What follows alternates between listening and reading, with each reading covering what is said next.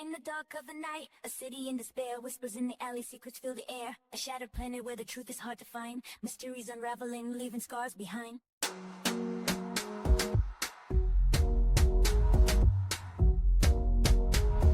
Shattered planet where the shadows breed, crimes unsolved, a never-ending need. Rocking the headlines with stories untold. Welcome to the chaos, the darkness unfolds.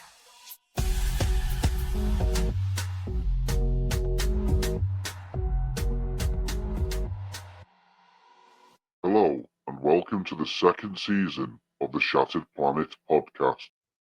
Locals are pleading for a migrant hotel on a quiet country road to be shut down because its residents are making their lives a misery. The Sandpiper Hotel, just outside historic Chesterfield in rural Derbyshire, has been used to accommodate asylum seekers for around 2 years. But residents claim antisocial behaviour by the residents is now getting out of hand, complaining of noise, litter, and groups of men loitering, asking for money, and looking through people's windows. One said there had been a slump in the local house prices.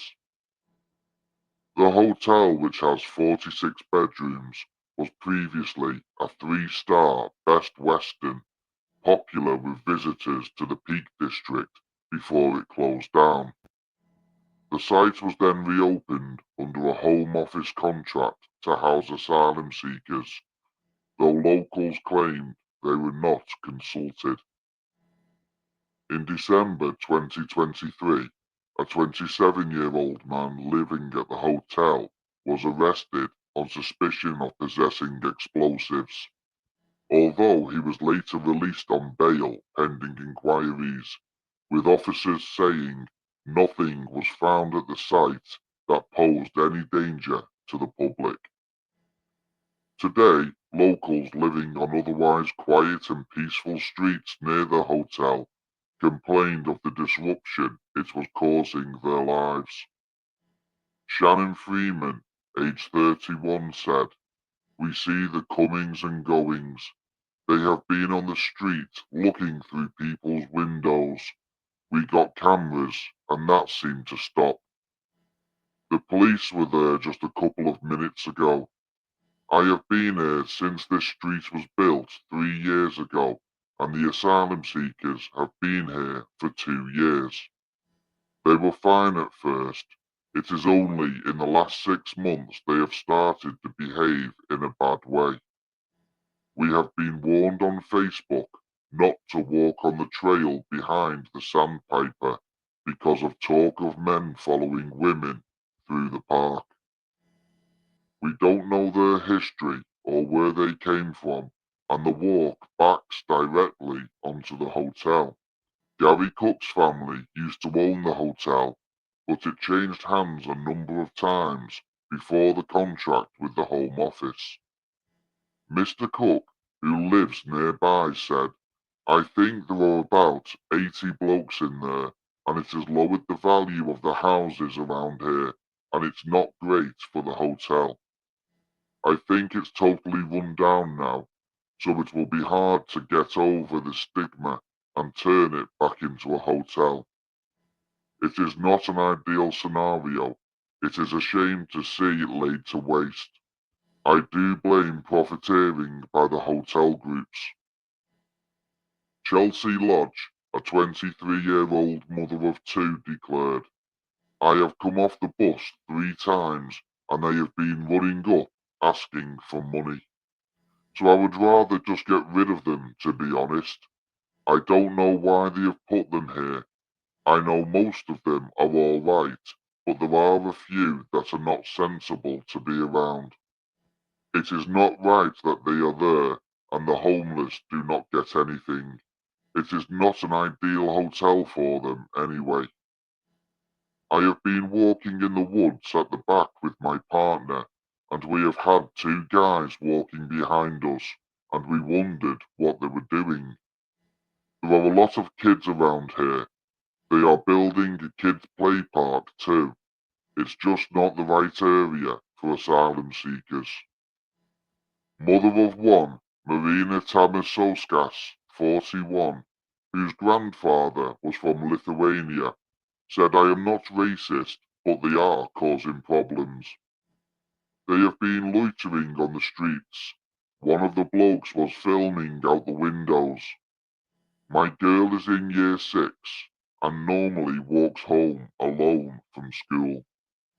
But I had to walk up and get her a couple of months ago when we heard that some men were hanging around the school." Caroline Wynne, a 38-year-old mother of 4, said, "It needs to stop. It used to be a beautiful hotel. We see groups of them walking up the road in the middle of the night with bats and golf clubs. They're not going to play golf at that time, are they? I cannot let my 14-year-old daughter walk my dog anymore. 2 girls got accosted, filmed, and harassed by them. There is no problem with the people who come here and want to work and contribute. It's just sad that my daughter cannot walk her dog anymore." Rosie Furness, aged 29, added, "It's not ideal. I have a 4-month-old boy and dare not take him for a walk with the dog because I have heard of them following young girls. The bomb squad were there not long ago. The hotel was meant to be accommodating women and children here, but it's only younger men. I dare not leave my house sometimes on my own. It is good I have a big dog, but I don't feel safe. We are actually considering moving because of this. The things that I have heard about what is going on there make me feel we just have to move. It's a shame, but I cannot see any other way. If you complain, you get called racist, but how they are acting has got nothing to do with race." Residents living directly opposite the hotel were keen to give their opinions, but not their names, because of the fear of being targeted. One woman said, "They're just messy. They throw things onto the floor and don't pick them up, and put their washing on the shrubbery across the road. I just wish it was not happening. I take no notice of them most of the time, but they are not very friendly. I was trying to get off the bus with a lot of shopping and had to squeeze past 6 of them getting on." A male pensioner added, "They are getting everything for nothing and don't know how to behave. When they have a drink of coffee, they just chuck the cup away. They cannot be made to tidy up. You cannot go in to complain, because when you get to the door, someone from the Home Office comes out and tells us they can do what they like. There used to be a number so you could ring up the hotel, but that has gone. It's getting out of hand, and all we can do is complain to one another. I have never voted Tory, but I would not vote for Labour now to save my life. The local elections will show them which way the wind is blowing." Another woman said, "They keep themselves to themselves, but no one was consulted about them moving in. They just appeared. We had no idea. It was a derelict hotel they took over. The worst thing is, they chuck their litter everywhere, or are just sitting around smoking weed. If they come here for asylum, they should at least put their rubbish in the bin. I have a 16-year-old daughter, and I don't feel she can walk on the trail behind the hotel because there are so many of them walking around in groups. We don't know their history. If you go off the beaten track, you do not know if you are being followed. My daughter likes to go for a run, but she cannot go where she wants because as a female, she does not feel safe." A 27-year-old man was arrested at the scene on suspicion of possessing explosives under suspicious circumstances, contrary to Section 4 of the Explosive Substances Act 1883. Officers confirmed at the time nothing at the hotel was found to pose any danger to the public, and the man was released on bail while inquiries continue. Inspector Josh Carter, who is in charge of local policing in Chesterfield, said since December there have been 14 crimes reported to us from the Sandpiper Hotel. These incidents have all been from residents of the hotel and not from members of the public. A report was made in April regarding a teenager being followed in the area. Officers responded quickly and an investigation took place. There was no evidence to suggest this had happened and the crime was closed. We would urge members of the public to contact us should there be any incidences of concern in the local area. Our local Safer Neighbourhood team are on regular patrols around Chesterfield and they are available to speak to residents if needed. A Home Office spokesperson said, "We are taking resolute action to deliver on our pledge to close asylum hotels across the country, with 23 already closed since the election." At their peak, over 400 hotels were in use under the previous government at an unacceptably high cost of £9 million per day.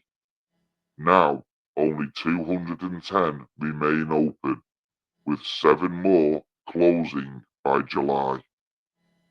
We are fixing an asylum system left paralysed by the previous government.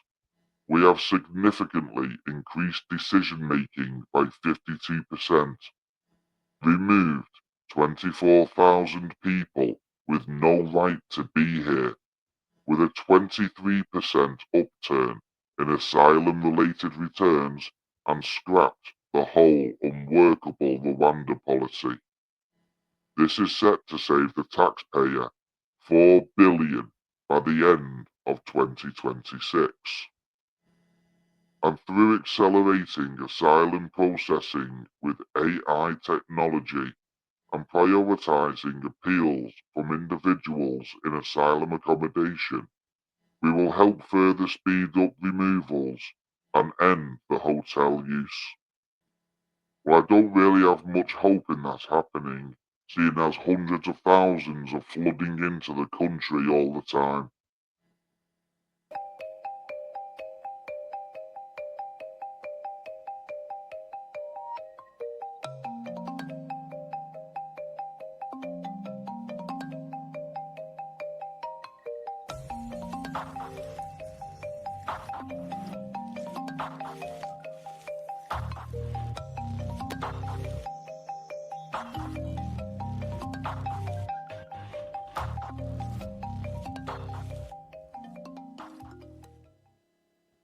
I believe they're claiming,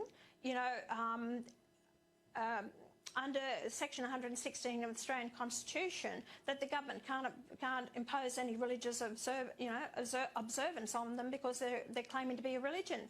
I think they're more than a religion. I really do believe they are a political ideology that wants Sharia law in this country. Yep, they pretty much do want Sharia law in this country, and we cannot allow that to happen under any circumstances. In this other video, which we have seen similar things before, migrants are chanting and beating their chest, which is often associated with cultural or religious expressions of solidarity or protest. If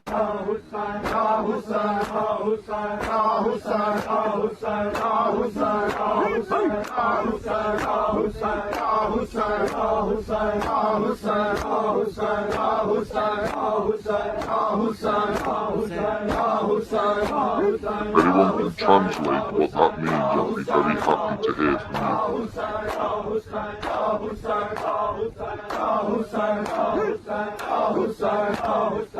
Chanting can be a way for communities to express unity, determination, or devotion, whether in religious ceremonies, protests, or celebrations. These actions are not exclusive to immigrants, but they are found in various cultures and traditions worldwide. But I've never seen English people gathering and behaving in such a manner. On a train from Lenzie to Queen Street, at the Bishopbriggs stop, a man boarded and deliberately sat at a table with two young girls. He began speaking to them and offered something from his bag, which he claimed was candy.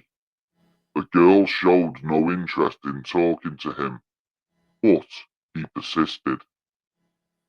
He then looked around to see if anyone was watching, FaceTimed a friend, and turned the camera to film the girls, saying, "Look at these girls."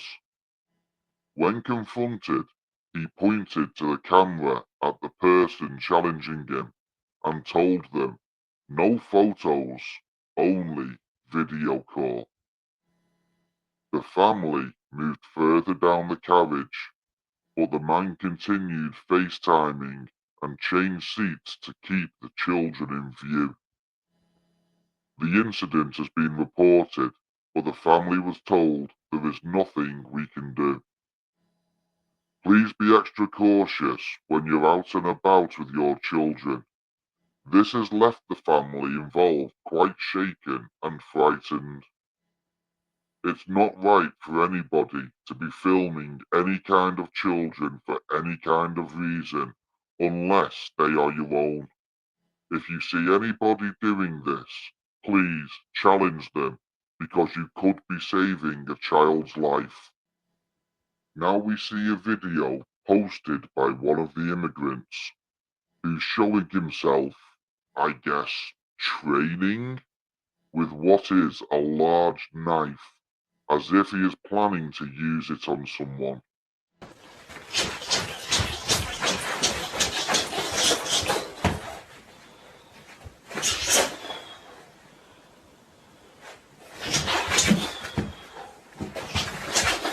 To me, that looks like he's training to try and murder somebody.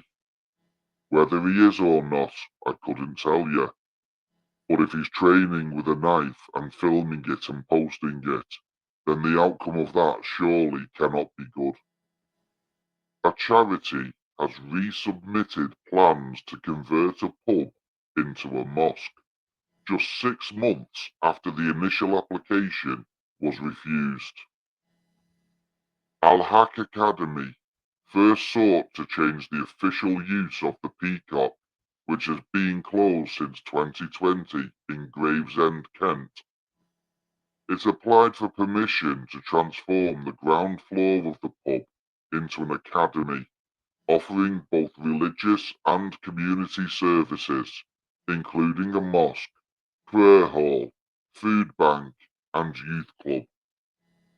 However, despite receiving 107 letters of support and just 23 objections, planning officers at Gravesend Council rejected the application in October. But last Monday, on April the 28th, Al-Haq Academy submitted another planning application to change the use of the building. The new scheme looks to convert the ground floor of the pub solely into a mosque, also known as a masjid, for around 65 worshippers. It also hopes to offer religious instruction, also known as madrasa, for 30 children. When Gravesend Council first rejected the plans, officers raised concern over the opening hours, which they claim lacked clarity. This, they said, meant the council could not safeguard the impact on neighbours. Officers also stated that the plans would see loss of a public house, which could not be allowed when no evidence had been submitted to show it was no longer economically viable as a pub. But Al-Haq Academy says its new application addresses the previous reasons for refusal. It explained it would hold 5 prayers a day, including the early morning prayer, known as Fajr, and the late evening prayer, known as Isha, if approved. In summer, Fajr would start at 4:30 a.m. and Isha would start at 10:50 p.m., while in winter, Fajr would start at 7 a.m. and Isha at 7:30 p.m. On weekdays, the madrasa would be held between 5 p.m. and 7 p.m., and on weekends it would be held between 9 a.m. and 12:30 p.m. In its statement, Al-Haq Academy said that Islamic tradition promotes walking to the mosque, meaning there will be minimal disruption in the area. It also said that places of worship are not usually noisy and typically present less issues for residents than pubs. The planning documents argued it is considered that the proposed change of use to the masjid and madrasa and their capacities would result in an impact that is no greater than that of its previous use as a public house. Places of worship have less impact on amenities than public house use, which present a particular set of issues to local residents and the police and emergency services. In response to the council officers' concerns on the viability and loss of a pub, the applicants explained that the site had been on the market since 2020 until it was sold to them in 2024. It said the owners of the Peacock were struggling to sell it as a boozer. It had had no interest from potential operators. Therefore, they were forced to look at alternative buyers. The applicant also argued that the use change would not cause an under-provision of public houses, as there are 9 alternatives less than a 10-minute walk away. They added, the use of the premises as a building of social infrastructure is not being lost. Rather, it is being replaced by another building of social infrastructure that serves the local community. Al-Haq Academy, which is based in Gravesend, also explained there is a significant under-provision of Muslim prayer facilities in the area. It said that according to the 2021 census, there are 3,326 Muslims living in the borough, but there are only 2 mosques, the Central Mosque and the Shah Jalal Mosque. These, the charity said, are both operating beyond capacity, causing issues with overcrowding and traffic. The statement added, there is justified locational and functional requirements to provide a place of worship that meets the needs of the local Muslim community.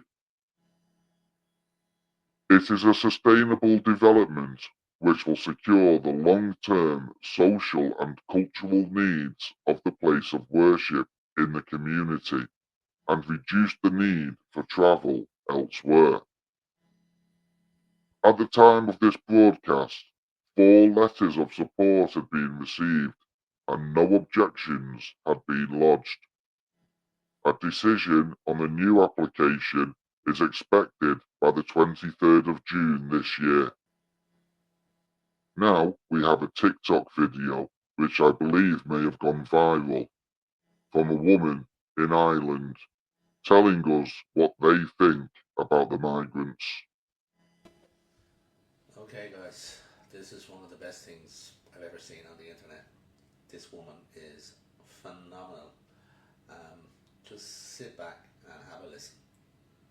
With the Georgia, I just wanted to make this follow-up video because I just seen the absolute disgrace headlines in the papers today. Well, not surprised with the dirty, filthy prostitutes and who owns them, you know. Calling Mr. Trump and Conor McGregor two rapists, you know, isn't it hilarious? Two rapists, yeah, is that so?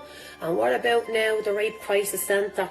Were they not ringing up the regime to do the rat-a-tat-tat on the phone and to tell them to stop flooding the island in with men who are going around sexually assaulting our young boys and girls and women, murdering teachers that go on a walk or a run, yeah? Funny how the Rape Crisis Centre doesn't get on the blower to start telling the regime to fucking close the borders, but they actually done the phone call to the American embassy to give out about Conor McGregor. Give me a fucking break. Full of it. Absolute hypocrites. Hypocrites. Oh, it's alright to give out about a young fella that's white, that's going around on a little bike with an North Face tracksuit, but I tell you what, if your man's name is Mohammed, oh, don't open your mouth. Doon the veil.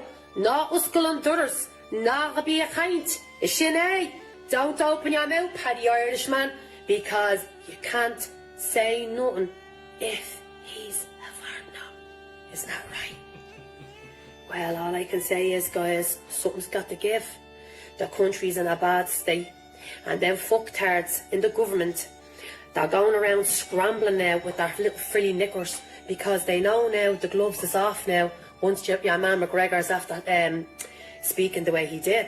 And I just say to people, please put your personal differences aside, whatever what you think about him, because the same people that are calling him a rapist are the same people that are sitting back while our supposed government are flooding this island with the very people that are doing these heinous acts to our boys, our girls, yeah? Okay? Women are being murdered. Look what happens to that poor teacher. And your man was sitting in a 5-bedroom gaff. Him and the rest of his drag family should have been deported ASAP. And anybody knew what he was up to or covered up his disgusting crime, they all should have been deported. Man, woman, dog, goldfish, the whole gang lot. It's just an utter disgrace. But you see, the time is up now, okay? We're being replaced at an astronomical rate. All you have to do is walk over to your local Lidl and you'll see what's up. And for the people in Galway, you just want to give you our heads a wobble, because looking at our so-called parades there the other day, it was a farcical. What's Africans got to do with St. Patrick's Day? Why was there Indians in your parade flying their flag? Took over the whole show. Why can't they not stay in the sidelines like the natives and just enjoy the one day of the year to celebrate Irish traditions, folklore, the Christianity? Why can't they not do that? Who gave them the go-ahead to be going along in that parade? Oh, I know who gave them the go-ahead. The traitor-face paddywhacks that fly under the guise of the little NGOs that work for the government, yeah? No Indians should be in an Irish Day Parade, or Africans, or Chinese, Polish, Lithuanians, Ukrainians, none. It should be only Indigenous Irish, celebrating Indigenous Irish traditions, okay? Because if I go to Ukraine, I want to see their traditions, and I don't feel the need to start putting on their attire and or start going around doing a bit of Irish dancing. Hey, look at me, I want to be seen. I don't give a fuck how long you're being in the country. You sit back, you enjoy the show, and that's all there is to it. But no, We can't even have that. We can't even have one day of the year to celebrate us as a people and our tiny little island. We can't have that because the organisers must hate themselves that much. They must wake up and slap themselves silly because they're number one white and number two they're Irish. They must get up every fucking day and look for the biggest wet fish to slap themselves silly because they hate themselves that much, and they're projecting their anti-Irish hate onto us and our children because they're absolutely gutless and spineless. That's what they are. And they're projecting all of that shit into our children and making it out to be that Ireland is some sort of fucked up utopia and that anybody lands their crusty feet onto this island is Irish, but they're not. They'll never be. They'll never be. You have your own and we're going to take your country back. That's what we're going to do. And I urge the Irish people coming up to April, have your gaff flittered with the flags, yeah? Have the flags out your window, your door. Bring back the traditions of our country the way it was when we were all growing up. Get the flags out, the tricolour or the green flag with the harp on it. Have your houses all decorated top to bottom. Because how we start getting our country back is starting with the traditions, because we've lost our way. You don't just celebrate being Irish when there's a fucking football match or a rugby match going on. We've got to do it 7 days of the week. We've got to start speaking up and taking shit back, because we've sat back so long and allowed this to happen. We've sat back and watched non-so-called EU people come in and get houses to beat the ban, and they're only in the country a wet day, and it's been going on since 1996 with a certain ethnic group of people. It hasn't fucking stopped, and we owe these people nothing. And I don't blame these people at all. I'm blaming the cunts in the regime for selling us out, for trying to replace us, for trying to replace our identity. Us as a people, our DNA is connected to this island. We can't go anywhere because our blood is connected to this island. Guys, outstanding. What a woman. This has to be shared far and wide. Thanks. I'd share it far and wide. I am. She has got a point. The British need to do it just like the Irish. Fly our flags, be proud of our traditions, take our country back from the people who should not be here. And it's not just a couple of people that feel this way. It's most of the civilized world. It's America, it's Ireland, it's England, it's Canada. Now, I was briefly talking to a Canadian lady called Yasmin Bootle, who was telling me about the same situation over there. She said, I will be honest, I live in southern Ontario, and yes, they are taking over, and it's just as bad as the UK. My childhood town they have destroyed. It was a small, nice town that doesn't have the infrastructure for its growth, and it's flooding everywhere. Yes, the average Canadian has changed their attitude, and more negatively. I was born in Paris, Ontario, in Canada. It is very small and rural. The town bought all the farms and turned them into overcrowded townhouses. The town is on 2 rivers and cannot support the amount of people living there now, hence the flooding. My beautiful town was ruined, along with my childhood memories. These Islamics or Muslims, or just plain old illegals, are nothing but a swarm of locusts. They are devouring economies and cities like wheat in a field, and much like the locusts, they need to be stopped, eradicated even. One of the UK's most dangerous terrorists was jailed for life over a plot to bomb the Blue Water shopping centre, has actually been deported to Pakistan.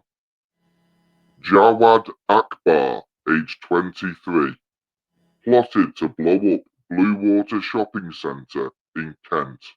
bombed the Ministry of Sound nightclub in London and set off a radioactive, dirty bomb.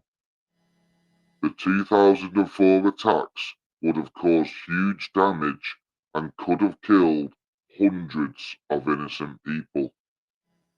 Akbar from Crawley, West Sussex, was sentenced to life in April of 2007 after being found guilty of conspiracy to cause explosions. He was given a minimum term of 17.5 years. In July 2022, the parole board deemed him too dangerous to be released. One of the main considerations was that the UK could not be sure that Akbar would be adequately supervised if he was deported. Akbar's minimum jail term ended in September 2021, and he should have been eligible for a second parole hearing sometime in 2023. However, we discovered that this did not happen, and he was deported to Pakistan in the last year. The Home Office confirmed that Akbar, now 41, was deported. It is believed that this went ahead under a joint returns agreement scheme signed in 2019 by the Conservative government and Pakistan. The then Home Secretary, Priti Patel, said the legislation would be used to return foreign criminals and immigration offenders from the UK to Pakistan. She said at the time, "I make no apology for removing dangerous foreign criminals and immigration offenders who have no right to remain in the UK. The British public have quite rightly had enough of people abusing our laws and gaming the system, so we can't remove them."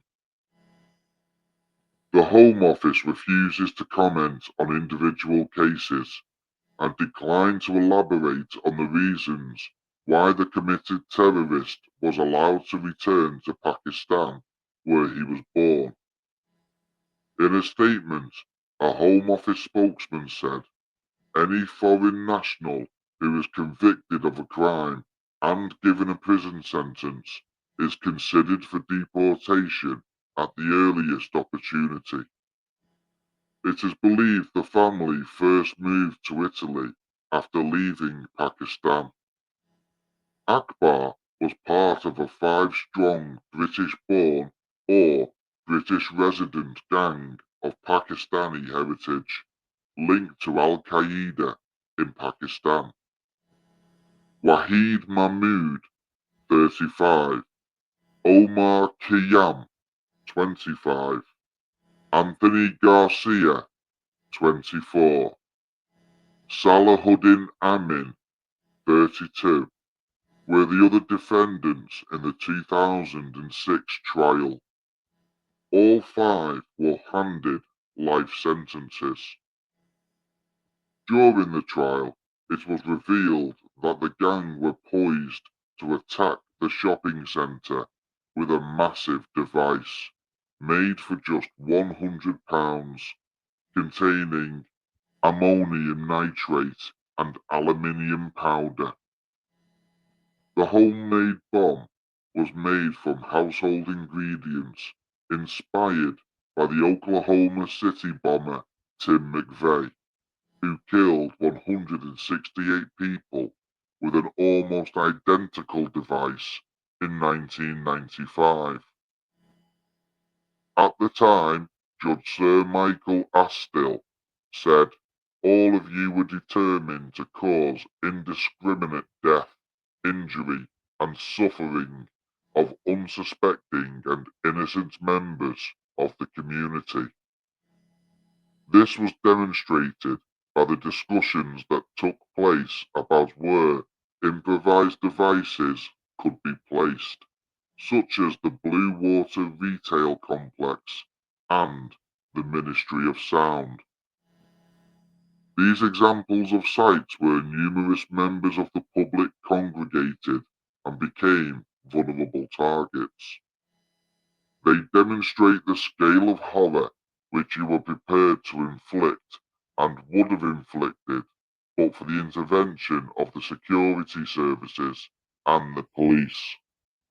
Wahid Mahmood and Anthony Garcia were freed on parole in 2024. Salahuddin Amin had a parole hearing request turned down in February 2024. But now that these people are freed, and now that Akbar has gone back to Pakistan, is he not going to try and influence others to terrorise the UK? It's entirely possible. Police have released CCTV images of a man they would like to identify in connection to the burglary investigation that's ongoing. The man is described by police as South Asian, in his mid-20s and roughly 5'5" tall. He is of stocky build and has a beard. In the images shared by police, he was wearing a black turban and a big, dark-coloured jacket. The man also had dark trousers on and a rucksack and a carrier bag. Avon and Somerset police said, "We're issuing a CCTV image of a man we want to identify in connection with a burglary investigation in Bristol." Between 10:30 p.m. and 11:15 p.m. on Tuesday the 28th of January, a man went into a property in St George's Road and stole a backpack, cash, jewellery and a digital camera. Officers have carried out house-to-house and forensic inquiries as part of the ongoing investigation. The man in the images is described as being South Asian in his mid-20s, 5'5", stocky build with a beard, wearing a black turban, a dark-coloured jacket, dark trousers, and had a rucksack and a carrier bag with him. If anyone can help identify the man in the pictures, please contact online or by calling 101 and use the reference number 522-502-8489. Let's hope that we can find another one of these scumbags and give him an appropriate sentence. Residents were left stunned as dozens of armed police, some wearing counter-terrorism specialist firearms officer uniforms, descended on Inkerman Street on Monday evening. Locals described hearing lots of shouting from around 7 p.m. as officers prepared to enter a property. Police vans and armed response units quickly surrounded the address. At least 2 men were seen being led away in handcuffs. One resident said she ran outside after her neighbour warned her that armed police were behind her house while her children were playing outside. "It's scary, so close to home," she said. Another woman told how her neighbour looked out and saw what they thought was the army with big guns rushing down the street. A man who lived nearby said, "It's scary when this is on your own front door. I walk past here every day with my dog." Witnesses confirmed that 2 men were arrested and taken away in a police van. Officers carrying evidence bags were also seen going in and out of a property. The raid comes just days after Iranian nationals were arrested across Rochdale, Stockport and Manchester during a separate counter-terror operation supported by the SAS. It is not yet known if tonight's raid is linked to those arrests. The Metropolitan Police which leads UK counter-terrorism investigations, has been contacted but has so far declined to comment on this latest raid. Greater Manchester Police have not yet issued a formal statement either. One police van remained at the scene late into the night as searches continued. Residents say that the area remained cordoned off as officers worked into the evening. More updates are expected about this fast-moving investigation as it continues. 8 men, including 7 Iranian nationals, have been arrested in 2 separate counter-terrorism police investigations.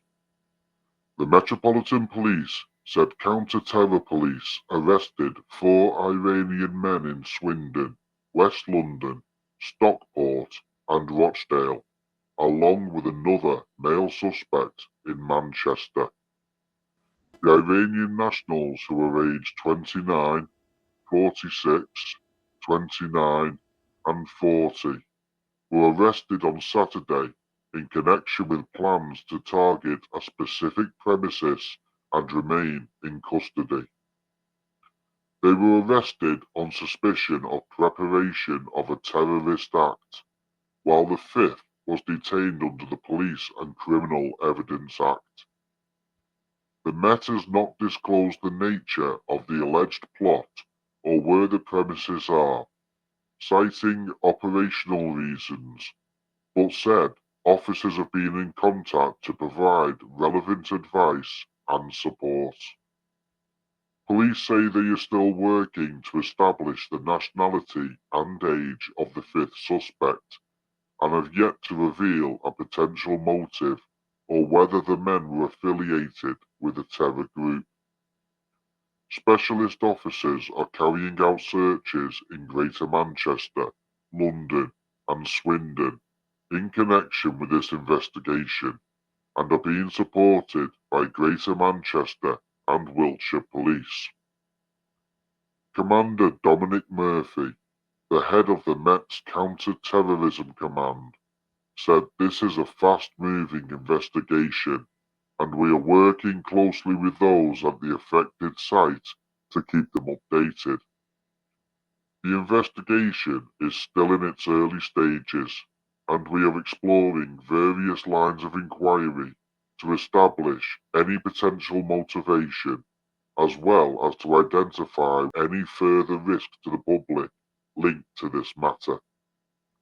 We understand the public may be concerned, and as always, I would ask them to remain vigilant, and if they see or hear anything that concerns them, then to contact us. In a separate investigation, police have arrested 3 Iranian men at addresses in London.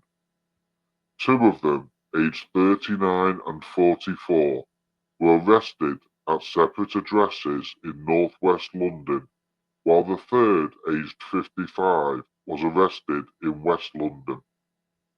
They were detained under Section 27 of the National Security Act 2023 and are being held in custody.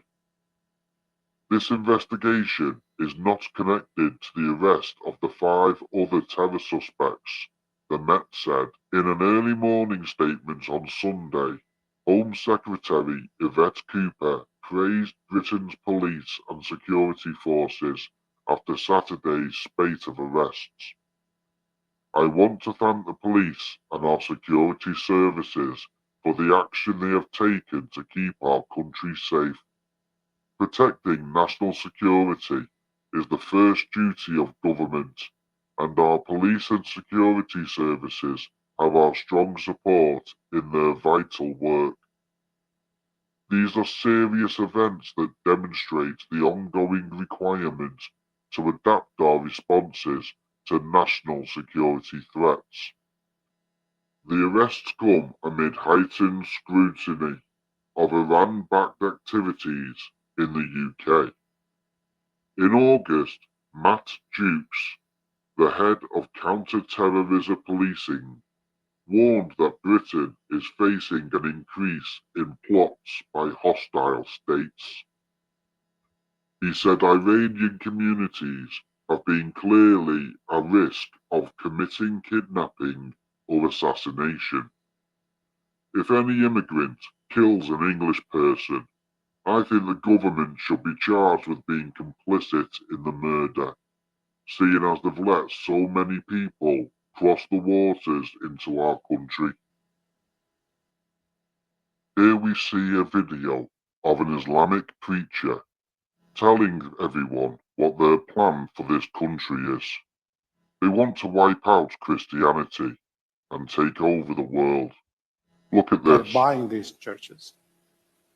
We bought 3 churches so far, converted them to masjids, and now we have one we are buying with a school to make it, because we have to serve the same people. The people who were part of that community, one day they will be Muslims. So we'll make it into a masjid and an Islamic school for our children and their children, inshallah. 100 years ago, they invaded the Muslim world and they built missionary schools and destroyed Islamic schools and masjids. Today, we bring the favor back, turn their churches into masjids and their schools into Islamic schools. Bring the light of Islam to here. We're able to buy ready to go institutions that have been there for a long time, but they emptied out. And now it is time to be filled with Muslims, with reverts, converts. This is an election year.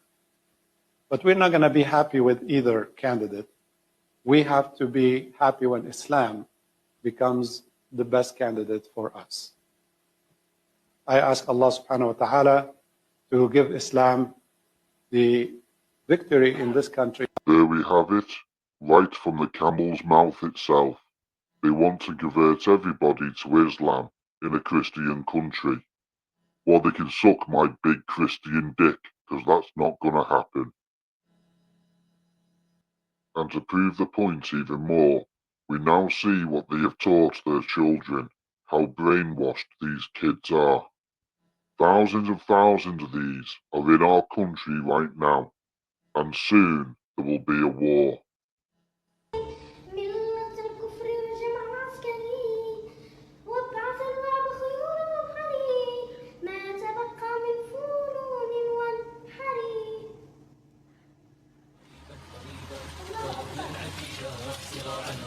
That poor brainwashed child.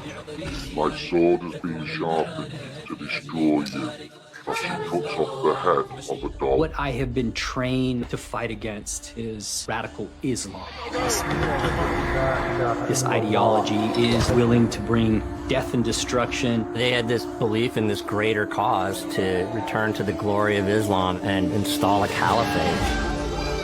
They teach them to murder Jews and Christians, infidels. They believe America, Western values, they must be destroyed.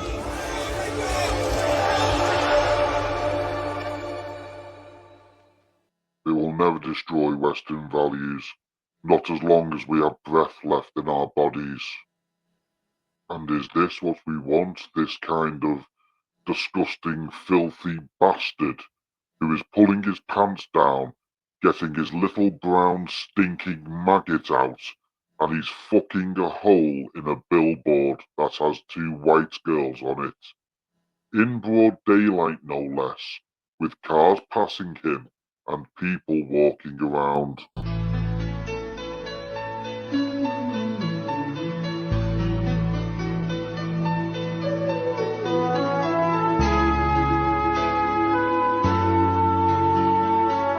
Absolutely no fucking shame at all.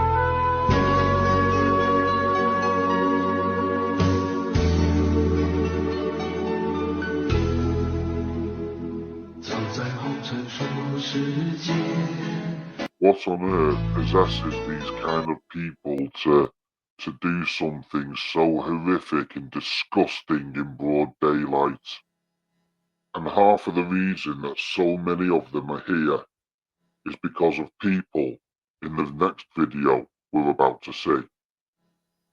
Home Office translators are running a lucrative scam to spring illegal immigrants from detention. Interpreters charge £3,000 to act as a witness to lie to a judge and secure bail for Albanians caught coming to the UK with fake passports or on small boats and lorries. The bogus guarantors vouch for the immigrants who they promise the court will stay at their home if released. But in reality, they have no connection with the detainees. They testify on behalf of and are happy for them to live anywhere, including beyond the control of the authorities, if bailed without a tag. Last night, the Home Office launched an urgent investigation and promised prompt and decisive action if necessary. The Solicitors Watchdog also started a probe after a lawyer told our undercover reporter he could take the case despite being told the guarantor was being paid and had no known connection to the migrant, explaining he would prepare them for what is expected of them in court. The woman organising the scam boasted it was 100% successful. She explained because she and the guarantor she would arrange both worked as freelance translators for the Home Office. They knew everything about how the immigration system worked from inside. Bogus guarantors and the detained migrants are given scripts of what to say and shown pictures of each other to dupe court judges into believing they have a connection. The guarantors are paid usually about £1,000, which has also been paid to them in advance by the illegal migrant or their relatives. When the undercover reporter raised concerns about the judge suspecting the fraud, she scoffed. Do you think the government care? Come on, please. Her illicit operation was one of several fake guarantor schemes that has been found to be run by Albanians in the UK in what has become a booming market to meet the scores of immigration bail applications that are going to court every week. Look at this. They find out it's a fake guarantor. I said, that's my worry. Do you think the government cares? Come on, please. Now I feel relaxed.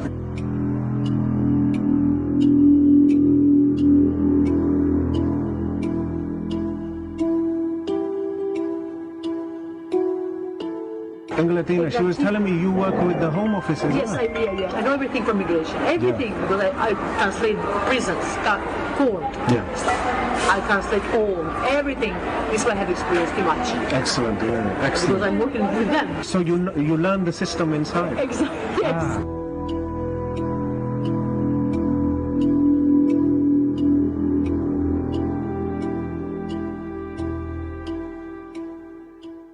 Guarantor need to be no criminal records. Yes. We need to apply all the conditions. For example, we need to have bank statements, money on the bank, work, job, nice job. She need to be very trustworthy. Okay. So I had the guarantor. Yes. I had the solicitor. With him I had my paperwork. And the guarantor is a guy, yes? He will be a man? The lady. She works in the government as well. She does interpreter, she's accounting. Yes. She has too many jobs. She translates from as well. Brilliant. So everybody knows what to do then? Of course. Yes. The solicitor knows everything was going on, yeah? He knows everything. He knows we are using a fake guarantor. He will know. I know Albanian. He will know. He works with Albanian. Got it. Don't worry. You know what will happen to us if there is a problem? Say if we have to go to court and then the judge says he realizes this is not real connection with the guarantor. No, never happened.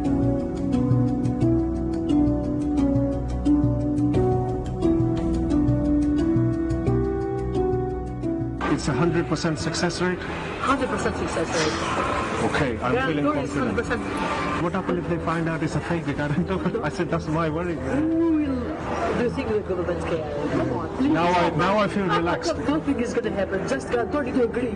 Okay. Do you agree? Yes, he says agree. Bye-bye. Then done. Then it's done.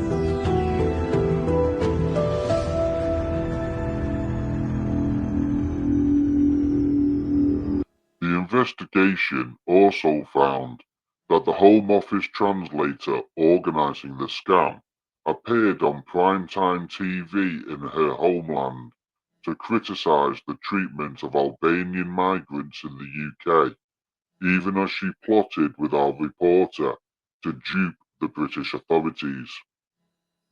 We found that checks on guarantors during immigration bail hearings often take just a few minutes and involve a few basic questions.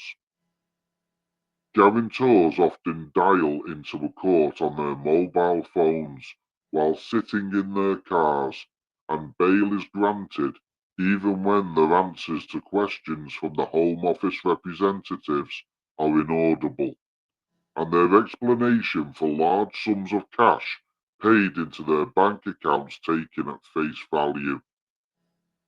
Other Albanians post videos on social media showing how to cut off tracking tags, sometimes imposed as part of the immigration bail conditions. Home Office legal guidance for immigration judges state that a financial condition supporter who guarantees bail for immigrants in detention centres must be a UK-based adult with indefinite leave to remain, who has a personal connection with the detained person, or be acting on behalf of a reputable organisation which has an interest in the person's welfare. Judges should assess the reliability and standing of any financial condition supporter, and where appropriate, whether the migrant has a suitable settled address before granting bail. But families of migrants in detention routinely post requests for guarantors on Facebook groups set up for Albanians in the UK, often stressing urgency as their relative is due to be deported imminently.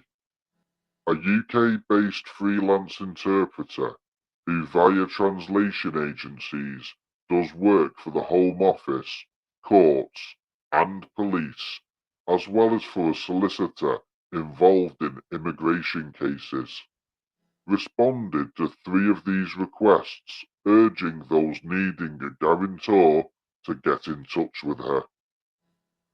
The interpreter, who herself came to the UK smuggled in the back of a lorry after using a fake passport to escape Albania, subsequently explained how the scam worked to an undercover reporter at a meeting near her home in Welling, Kent.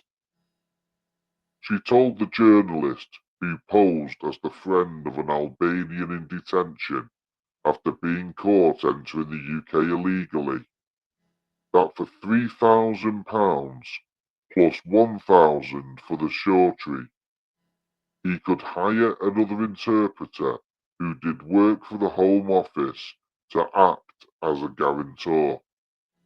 The interpreter reassured the reporter, "Don't be scared about the scam being discovered," saying she and the solicitor would brief them ahead of the bail hearing, and they would only be asked a few basic questions at the hearing.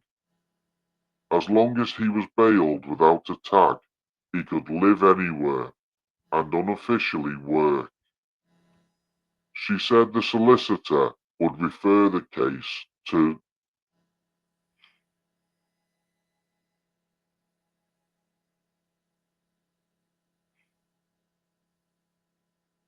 She said the solicitor she would refer the case to knew they would be using a fake guarantor and everything they were doing In a later meeting with Hassan Malik from HM Legal Limited at his offices in Rainham, Essex, he was happy to proceed, despite the reporter 3 times raising his concern that the migrant and guarantor would not know each other, and being aware that the guarantor was being paid £3,000.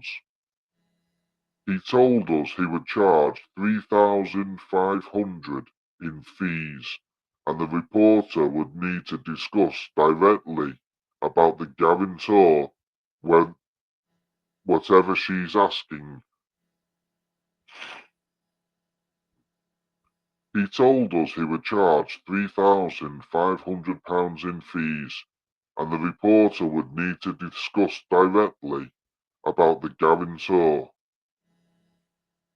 Up to 12,800 Albanians who entered the UK illegally broke their bail conditions between January 22 and May 23. Shadow Home Secretary Chris Phillip said the reports are a disgrace. These interpreters are paid to maintain the integrity of the system, but are in fact cheating the system and cheating the British public, often to help illegal immigrants stay in the country. He called for the translators to be immediately fired and an investigation for suspected fraud and contempt of court. The whole immigration system is being exploited by the illegal immigrants on an industrial scale, and radical reform is needed. Solicitors Regulation Authority spokesperson said all solicitors must meet the high professional standards for the public. The report raises serious concerns. We are investigating, and if we find evidence of wrongdoing, we will take action to protect the public. Mr. Malik denied any wrongdoing, saying he did not know about any payments to the guarantor, who he said he had been told would know the detainee because they were both Albanian. He said the interpreter did not work for his firm, and her comments did not represent his or the firm's position. Checks on guarantors during immigration bail hearings often take just a few minutes and involve a few basic questions. Scores of immigration bail applications, frequently involving Albanian nationals, are held every week at first-tier tribunal immigration and asylum chambers. When one person attended the Taylor House in Farringdon Central, London, earlier last month, 2 bail applications were granted with the minimum of fuss. All parties, apart from the judge, appeared via video link with the guarantors dialing in from their phones while sitting in cars. There's no suggestion that any of these guarantors in these cases were part of the scam. At the second hearing, Home Office lawyer Don Marcantonio Goodall raised a concern about the unexplained payment of £1,500. The guarantor was later called to make sure he understood the conditions. Dressed in a white t-shirt underneath a turquoise blue zip-up top and glasses, the financial condition supporter appeared on the screen while sitting in what appeared to be a people carrier. The judge asked, "Are you sat in your car?" He responded, "Yes, I am at work, but I have moved away so no one can hear me." The guarantor confirmed that the migrant would be staying at my address, and that he would make sure he attended his bail appointments, adding he was his friend. The judge granted bail on the condition he lived at the home reported to the Home Office when required, and did not work. The migrant nodded to indicate he understood the conditions and said thanks before leaving the call. At the second hearing, Mr. Marcantonio Goodall said he had no issue with the address provided by the guarantor, but raised a concern about an unexplained payment of £1,500 that needs to be cleared up. Unfortunately, by this point they discover the guarantor has left the online call. His solicitor had to hurriedly call him and ask him to get back on the call ASAP. The guarantor returned to be asked where the £1,500 deposited into his account in late January had come from, and answered it was from his work as he is self-employed plasterer and renderer. Mr. Marcantonio Goodall appeared to accept the explanation, and no further checks were requested. But when he asked the guarantor to confirm he knew he was responsible for making sure the detainee attended appointments if he is bailed, but when he asked the guarantor to confirm he knew he was responsible for making sure the detainee attended appointments if he is bailed, on the call he made the response but was inaudible to the court. No one attempted to get him to repeat what he had said, and Judge Mohammed Hussein announced that nothing has emerged from the questions that would lead me to alter my bail decision.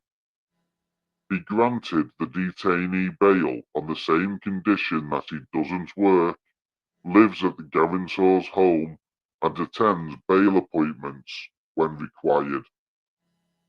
What an absolute fucking scam by government people again. And it's because of people like that that things like this are going on at the moment. Here we see a phone thief caught by some English lads who give him a bit of community justice. The British people have had enough of all of these trying to exploit us. Hey guys, is there a phone on the floor? No, there's no phone there. He's got it on him. He's got it on him. He's got it on him.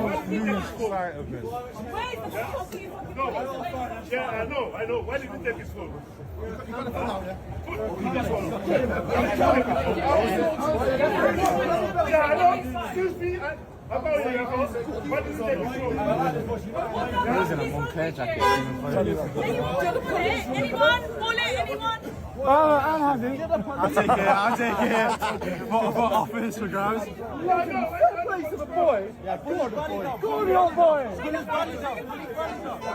Go on to the old boy. Take his belly off. Take his belly off. Take his jacket. Take his jacket.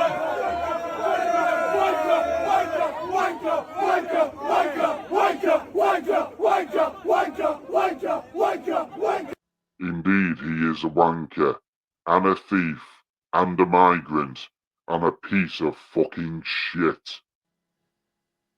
Thank you for listening to the Shattered Planet podcast. All of our news stories and more can be found on our open Facebook group, Shattered Planet. You can find all of our socials in the description box below. And remember, subscribe and follow our channel so you don't miss the latest stories from the UK and abroad. Remember, stay vigilant and stay safe. In the dark of the night, a city in despair, whispers in the alley, secrets fill the air. A shattered planet where the truth is hard to find, mysteries unraveling, leaving scars behind.